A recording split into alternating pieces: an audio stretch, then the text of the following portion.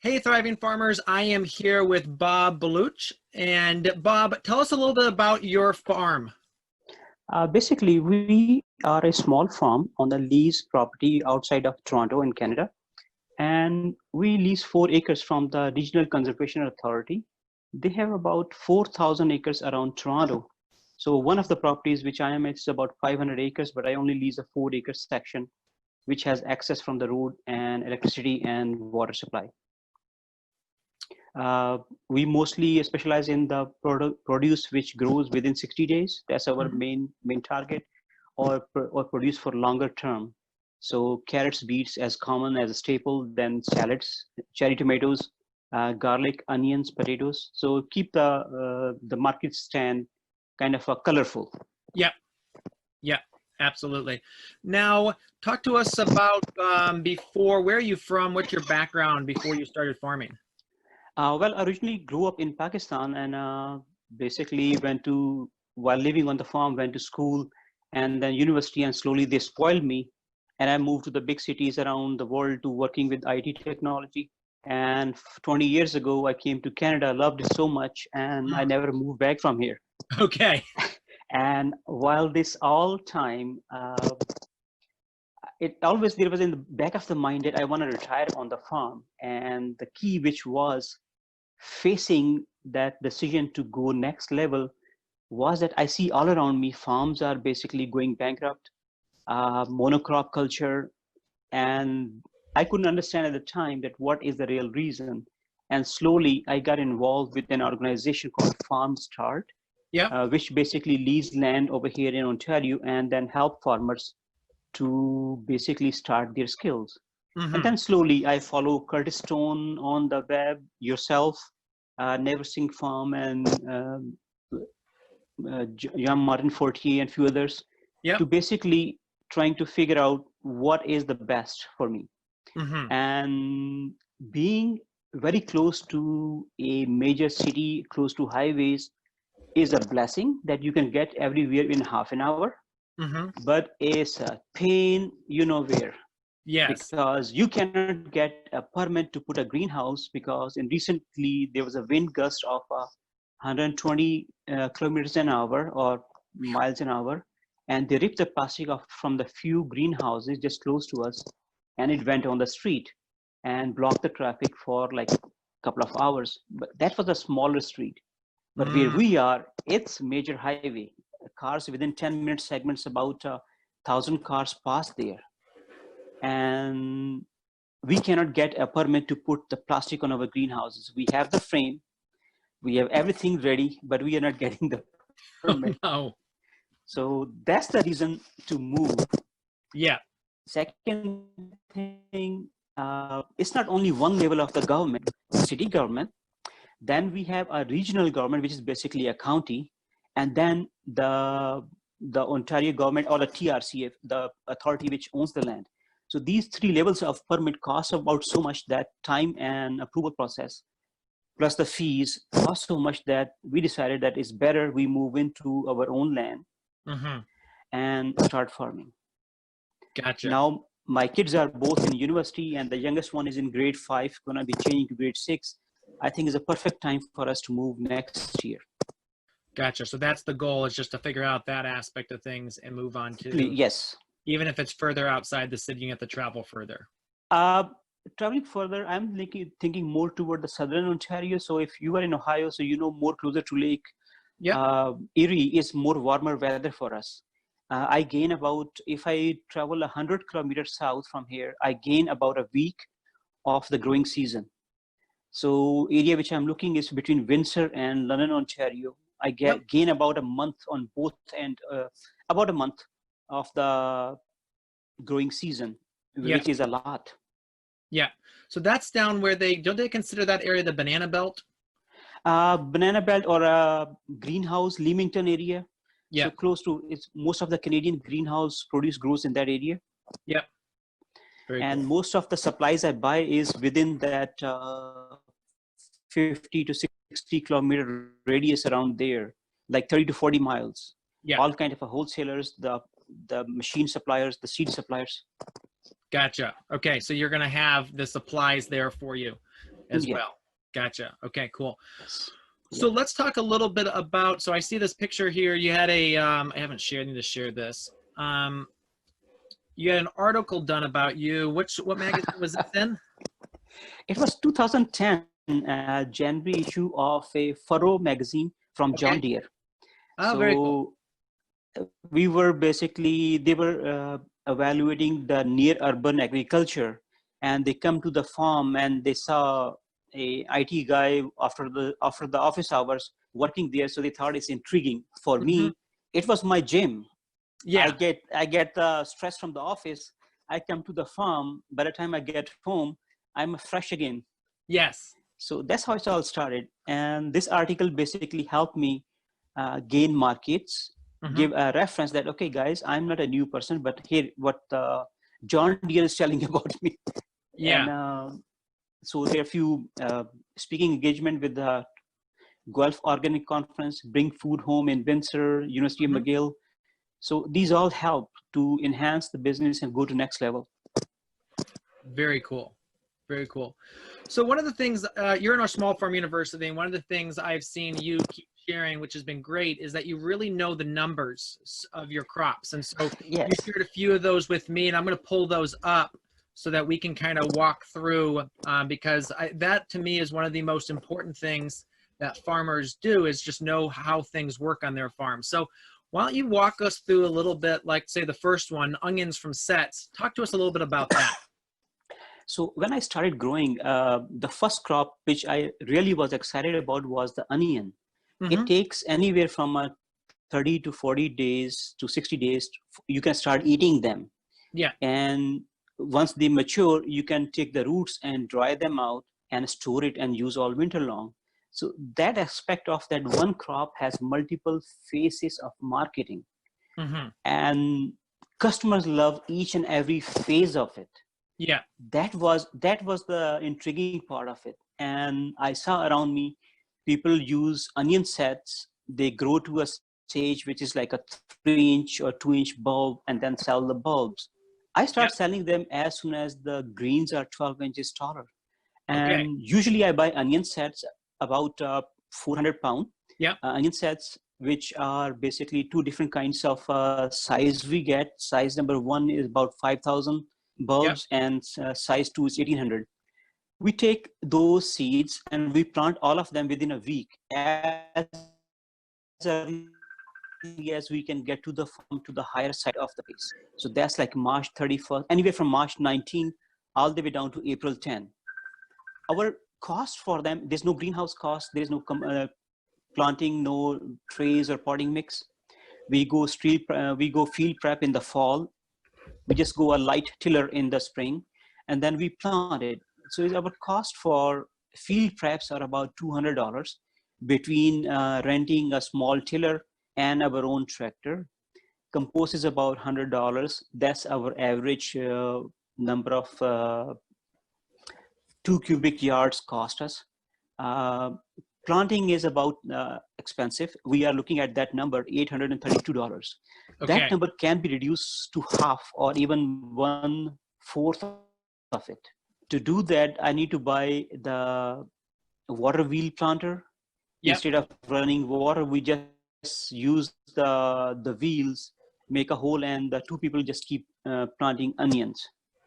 So that's our next step would be. Weeding is a one big challenge because we are certified organic, and the farm where we are almost 30 to 35 years is been fallow, and is been farmed from last 10 years as organic farm. But the field which we took over from someone else, they only did clean their beds but nothing on the side. So we have a weed as a heavy pressure that costs us a lot of money, and our cost is down on the weeding this year compared to last year. So every year from last 3 years is going down. Gotcha. Our harvest is hard to pick a number because when we are harvesting in the field, we have a sheet what we need to harvest. We go through the field and one person just takes the harvest and move back to the cooler or to the shed. We keep going on. So our estimate is that a total onion harvest out of 30 so or so bed cost us about $1,000. Gotcha. There is a wash aspect. There's a wash aspect of that harvest time as well, included within the Yep. harvest. Then transportation, because we use a van to take our produce for deliveries or to farmers market. So it's onion, out of 20 items, onions become like $50 of gas, 2 ways. It becomes like less than a $2. Yep. So that's why I did not include, but it is within the harvest cost. Gotcha. So our total cost of planting, harvesting, and making the onion ready for market is about $3,000, $3,268 actual. Yeah. And our sales $9,000. We still have about 200 pounds of cured onion, plus the onions we're going to use for our own selves. Yeah. So this is one of my very profitable crop. Yeah. Number 2, I would say, in all of my work. And I'd never saw, people around me never saw this in these numbers. And we also start garlic selling as a green as soon as it comes up, and keep selling it until the crop is mature and we harvest and we cure it. So this is the one of the crop which gave us about 66% return on it. Yeah, that's really good to know. Yeah, these numbers, when you have in your mind, then you can see, okay, I am getting a 66% return. How can I improve my sales? Mm-hmm.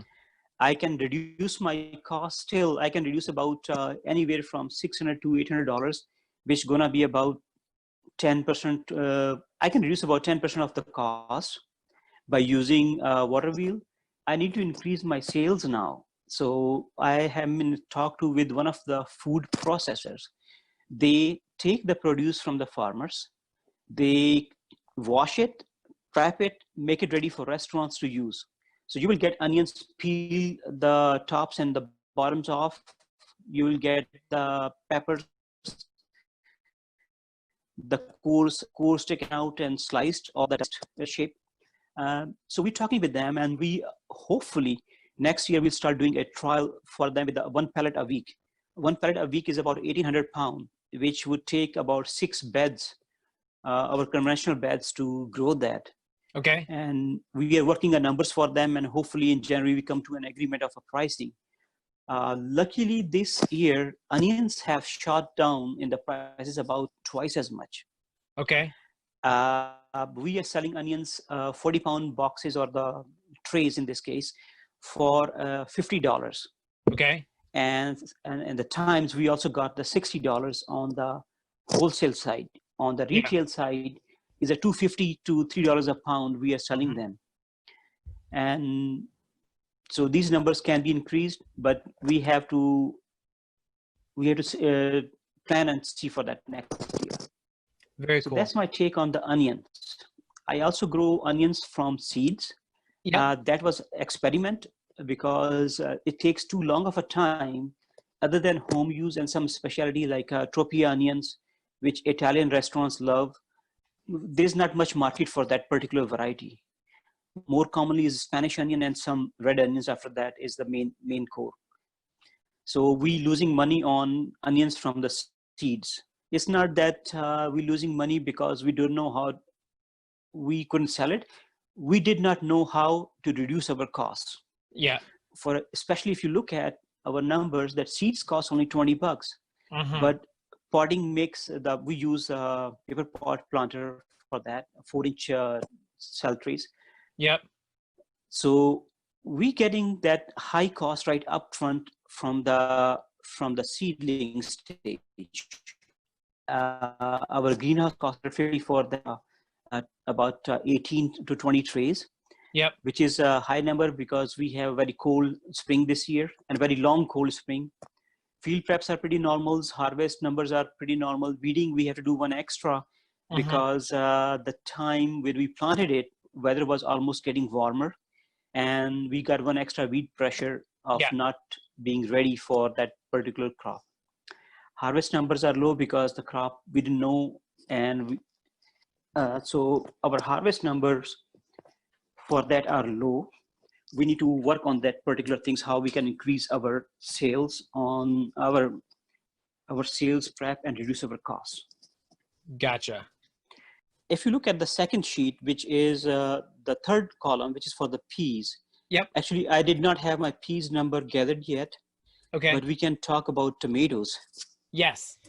So tomato has been one of the wonderful crop. I find you see a picture of the cherry tomatoes in a tray, Yep. and it's basically those Johnny's Artisan, some Sakura, some orange, and then I also add here and there every year a new tomato to just make the colorful presentation. Yeah. And I plant them in open field on a back woven reed fabric, which we burn the hole through. And the tomatoes, we get them very early. On July 1, usually we have field tomatoes in Toronto area. And compared to our competition, we are the first one in the market with the tomatoes.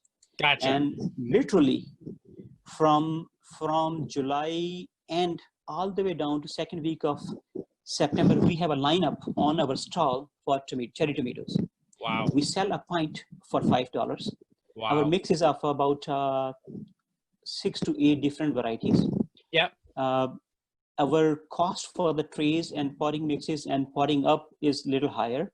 Yep. Cost us about $220. Then our greenhouse cost, we use about 2 tables, which is 18 trays per table. It costs us about $300. And Yep. this cost, we sometimes able to get a second planting from the tables, but usually nothing from the tables which we grow is going to be used from, let's say, from March through April. All tables are used, so we cannot get a second planting from there. Mm-hmm. Except a Salanova, and Salanova go after Salanova. So basically that's the way our cost is reduced.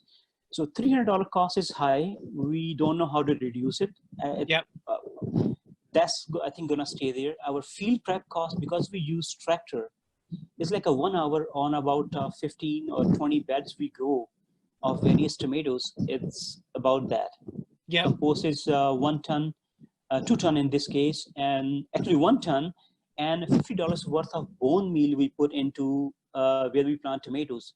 So each tomato, we basically make a small hole, put 6 tablespoons of bone meal, and then we plant our tomatoes on top. Okay. And then they get a second dressing also. So that's why there's $50 extra there from that. Our planting cost is $200, which is very good on about 12 to 1400 plants we plant. Yep. We went online and we bought this Chinese-made transplanter, which is like a small bazooka thingy. You just poke it in the ground and you throw your field. That has reduced our planting cost to $200. Last year, our cost was about $600 for same number of plants. Wow. And that bazooka or the transplanter only costs us about $70. Gotcha. So it paid for itself the first within first year. Yeah. Oh yes. And I'm thinking to get, and now we have only with 1 liver this year. There's a new one which comes with the 2 livers, but twice as much of a price. So I'm thinking to get another one because it's saving a lot of time. Yeah.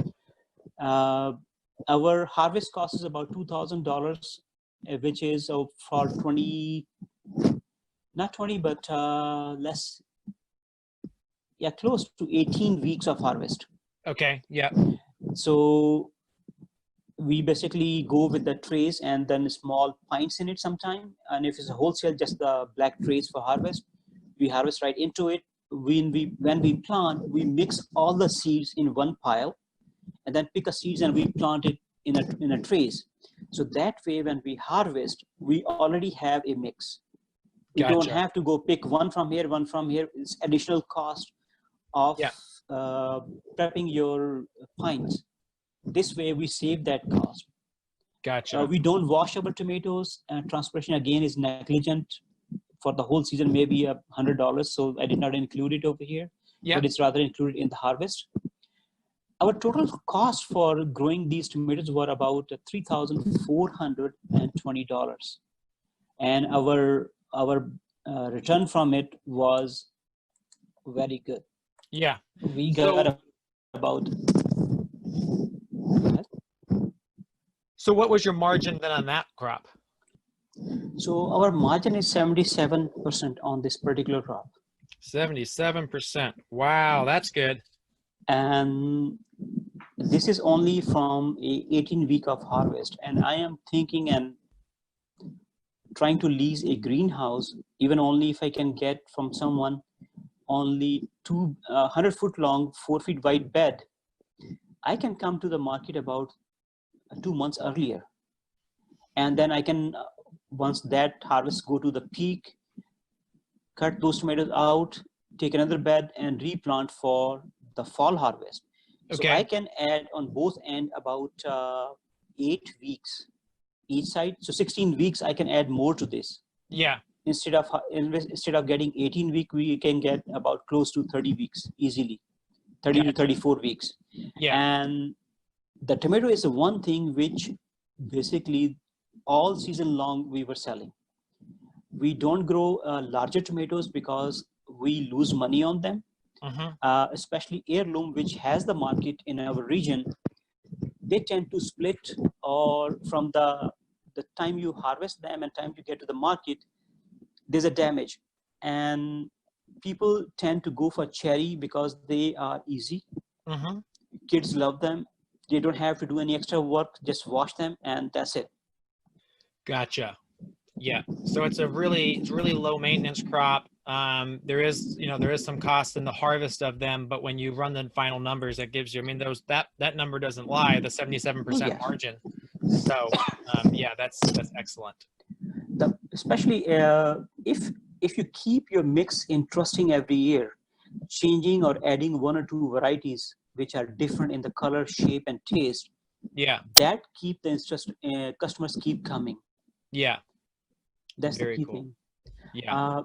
Peas, I haven't had a chance to get the whole harvest numbers, but we have peas and beans, both we see them in the same bucket, because once the peas and the beans start, then in the fall, when the beans are almost at the end, we also have peas again. So we grow two plantings of the peas, one in the spring, one in the late summer. So we get a fall harvest. We usually grow sugar snap for the peas, and the beans we grow green and yellow, only two. Okay. This year we have a challenge with the too much moisture, and 3 of our planting basically rotten out in the ground. Oh. They never germinated. So we have like 20 degrees day and 12 degree night. We planted our peas. The next morning it rained all day long. Gotcha. And it wasn't anywhere in the forecast. Yeah. So 2 or 3 things like that is basically we lost numbers this year. We usually sell about close to $5,000 to $6,000 worth of peas and beans. Yep. This year we have, our numbers are very low. Our total sales were for peas were about 4,000 and beans were about 3,000. Gotcha. So we only got like $7,000 this year from that. Our harvest cost is kind of in between. We have a worker which can harvest only 11 pounds, and then there's a worker who's harvesting about 40 pounds. Okay.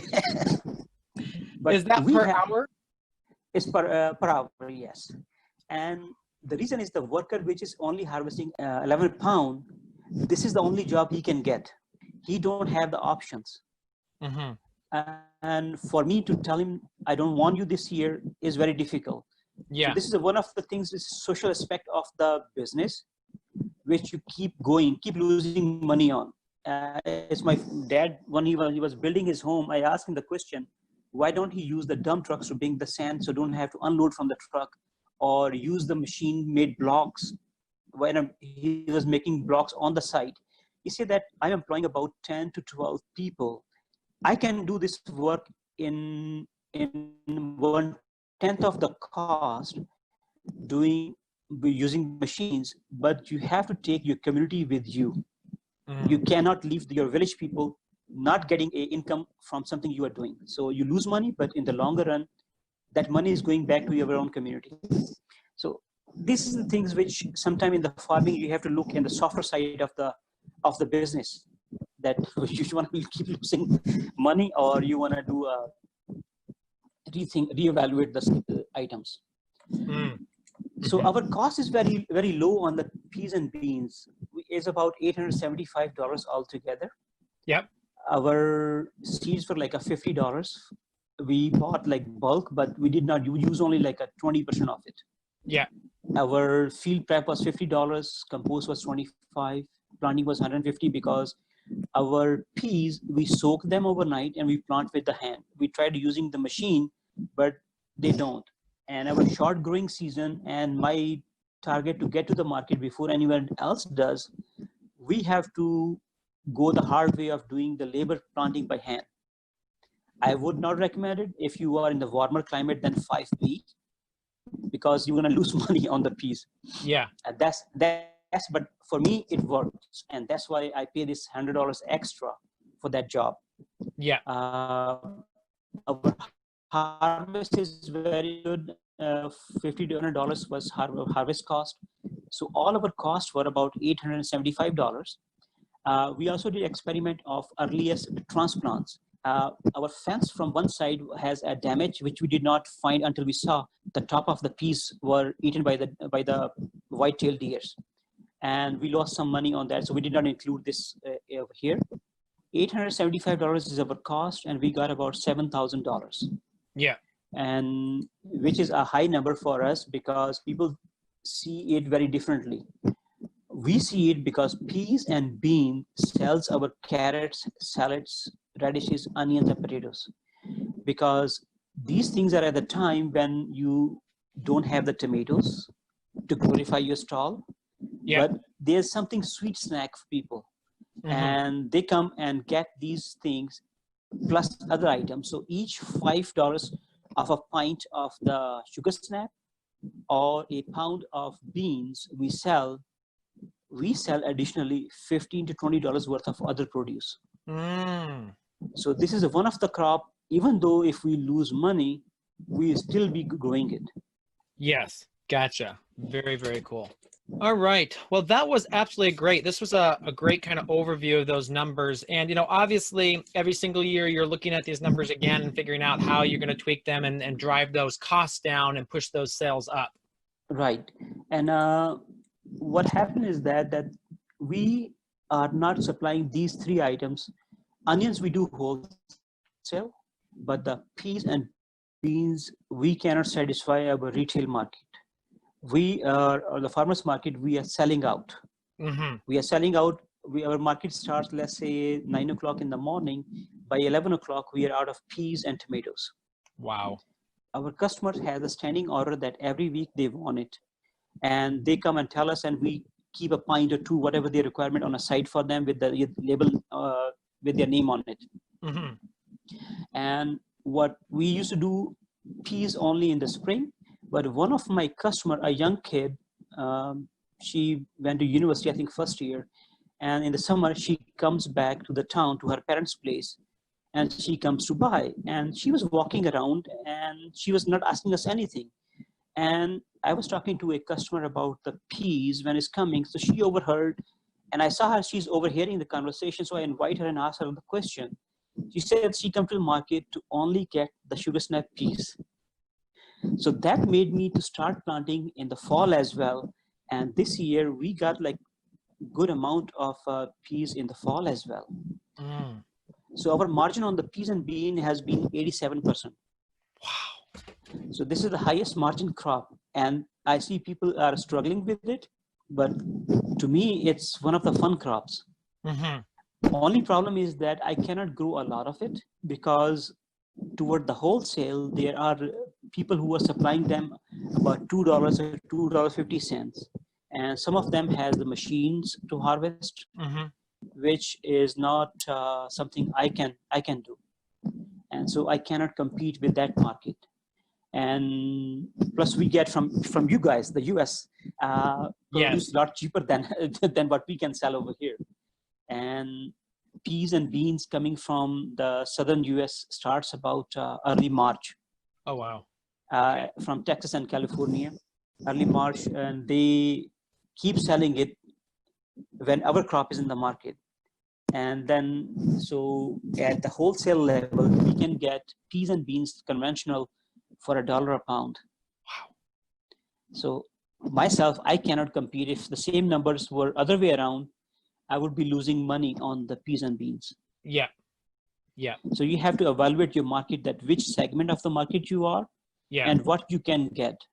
And I got from a lot of customer complain about the peas and beans price, and explain them the hand harvest, the lossing of the crops, all these costs has to be recovered, right?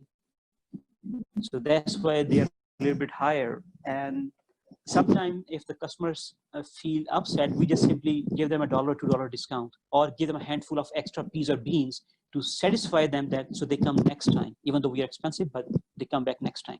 Yeah. One thing which I find out this year, that there is a pricing has a limitation. We were selling our small cucumbers for 50 cents each, which is like $6 for $3 for six Yep. cucumbers in a quart box. This year, we simply start selling cucumbers for 6 cucumbers for $5. We were still selling, getting sold out. And this year we sell $5 for 6 cucumbers. They were looking fine. But onions, we try to sell for $5 in the fall. The tropia, we were not selling much. So we have to go back to $3. Yeah. So you have to see that upside and downside of the both of the equation of a crop to figure out what sells and what does not sell. Mm-hmm. Very cool. Well, Bob, thank you so much for your time today. We really appreciate it. Where can people find out more about you? Do you have a Facebook page? I have a Facebook page, Bob Baloch, under my own name, and the farms is the Fresh Veggies. Okay. As I said earlier, that I am technologically challenged. Okay. I can write you a program which can run your whole bank's operation, but I am a little bit challenged for keeping up with the Facebook and Instagram. I'm working on it. Okay. All right. Well, we will send people there. And again, we appreciate your time. And thank you for this lesson on the numbers. It was really fascinating to hear exactly how you figure things out. And those margins too are fabulous. So keep up the good work. Thank you much. Thank you much. Those margins looks good on these 3 or 4 crops, but I lose money on some of the crops. Yeah. I still have to grow them, because herbs, I lose money, but I grow them because customers want them. So you have to sometimes lose money to get the money. Mm-hmm. Absolutely. Thanks, Michael. Much appreciated. All right. Have a great rest of your day. Thank you. Bye now. Yeah, bye.